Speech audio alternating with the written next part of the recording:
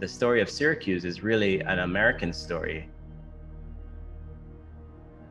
A story of displacing Black residents when there is a public infrastructural project happening.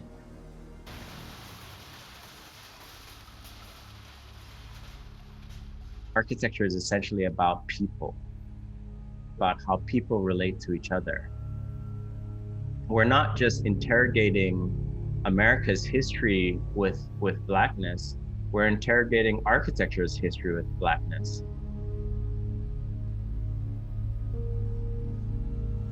Public housing specifically is a reference to the longer legacy of Black people in America.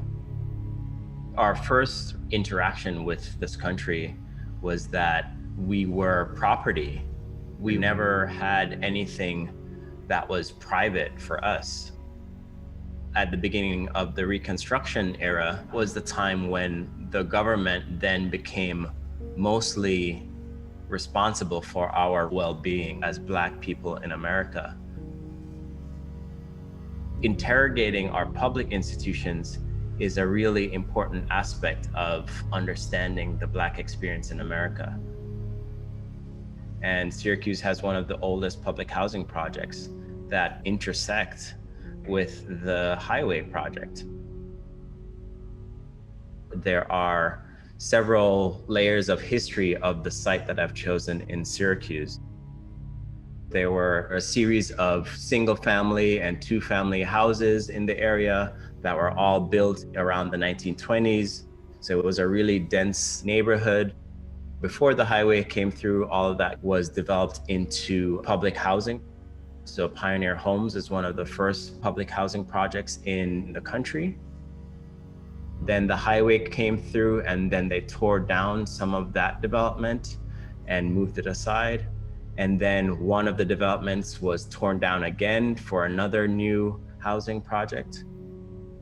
And what's being proposed for the site now is that all of that low-income housing is going to be cleared away as the highway comes down to build new mixed-income housing.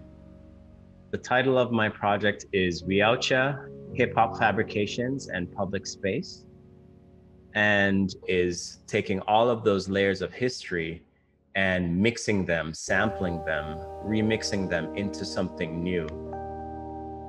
So historical images of that time are now put onto the new glass surfaces in the new proposal to draw alignment back to that lost history.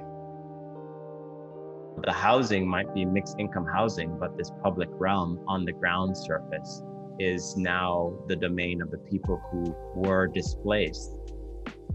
The role of the architect, as I want to redefine it, becomes someone who is a facilitator, someone who can create a framework, a kind of grounding, a foundation for other people to visualize themselves, to create their own environments. One of the things that I've done for a long time in my practice is think about how hip hop as a culture can influence architecture and its ability to see things as layers that are taken from different places, that are sampled, if you will, and then mixes it with something that's really contemporary, bringing back to memory what was there before. So the layering that's happening in the project is not random. The layering is really intentional.